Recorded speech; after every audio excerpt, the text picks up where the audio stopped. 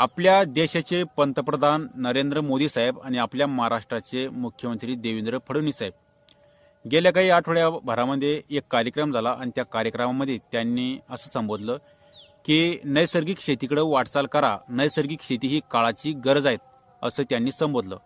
तर मित्रांनो, नैसर्गिक शेती ही नेमकी काय आहे, नैसर्गिक शेती ही खरंच शक्य आहे का, हा प्रश्न बऱ्याचशा शेतकऱ्यांना पडलेला आहे.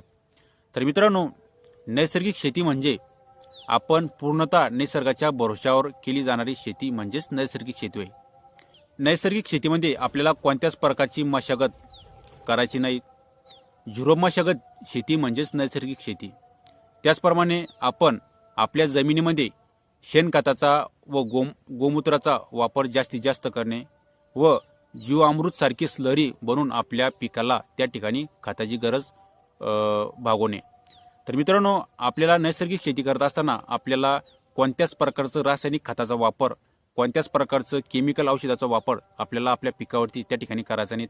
आपण पिकं घेत असताना आपण घरचेच बियाणाची लागवड आपण त्या ठिकाणी करावेत. घरचेच बियाण्याची लागवड केल्यामुळं आपल्याला पैसासुद्धा वाचतो व आपल्याला संकरित बियाणापासून आपण ते वंचित राहतो. म्हणजे आपल्याला संकरित बियाणं हे भेटत नाहीत. आपण आपल्याच घरच्याच बियाणाची त्या ठिकाणी लागवड करावी. तर नैसर्गिक शेती नेमकी काय आहे, नैसर्गिक शेती खरंच का गरजेची आहेत, का देशाचे पंतप्रधानांनी आणि मुख्यमंत्र्यांनी का संबोधलं की तुम्ही नैसर्गिक शेती करा म्हणून.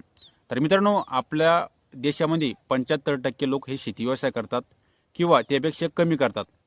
तर आपला देश हा कृषीप्रधान देश आहे आणि कृषीप्रधान देश असताना आपल्याला देशामध्ये भरपूर शेतकरी हे शेती व्यवसाय करत असतात. तर शेती व्यवसाय करत असताना आपण आपल्या जमिनीमध्ये अतिरिक्त रासायनिक खताचा वापर त्या ठिकाणी करत आहोत. आपण अतिरिक्त केमिकल औषधाचा वापर आपल्या पिकावरती त्या ठिकाणी करत आहोत. जेणेकरून रासायनिक खतामुळे आपली जी जमीन आहे ही जमीन रासायनिक खतामुळे त्या ठिकाणी नापीक होताना दिसत आहेत. त्याचप्रमाणे केमिकल औषधामुळे आपले जे पिकं आहेत हे पिकं बी विषारी बनले आहेत आणि ते विषारी अन्न आपण त्या ठिकाणी सेवन करत आहोत. तर मित्रांनो, रासायनिक खतामुळं आणि केमिकल औषधामुळं त्याचे जे दुष्परिणाम आहेत, त्याचे दुष्परिणाम आपल्या पिकावरती तर दिसतच आहेत. तर त्याचप्रमाणे त्याचे दुष्परिणाम आपल्या मानवी जीवनावर सुद्धा त्या ठिकाणी दिसत आहेत.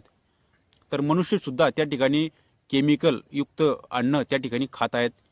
केमिकलयुक्त अन्न खाल्ल्यामुळे त्याचा आरोग्यावर त्याचे परिणाम त्या ठिकाणी दिसत आहेत. तर मित्रांनो, म्हणूनच देशाचे पंतप्रधान नरेंद्र मोदी साहेब यांनी संबोधलं आणि मुख्यमंत्री साहेबांनी सुद्धा त्या ठिकाणी संबोधलं की आपण नैसर्गिक शेतीकडे वाटचाल करा, आपली जमीन वाचवा आणि आपले आरोग्यसुद्धा वाचवा आणि आपलं पर्यावरणसुद्धा त्या ठिकाणी वाचवा.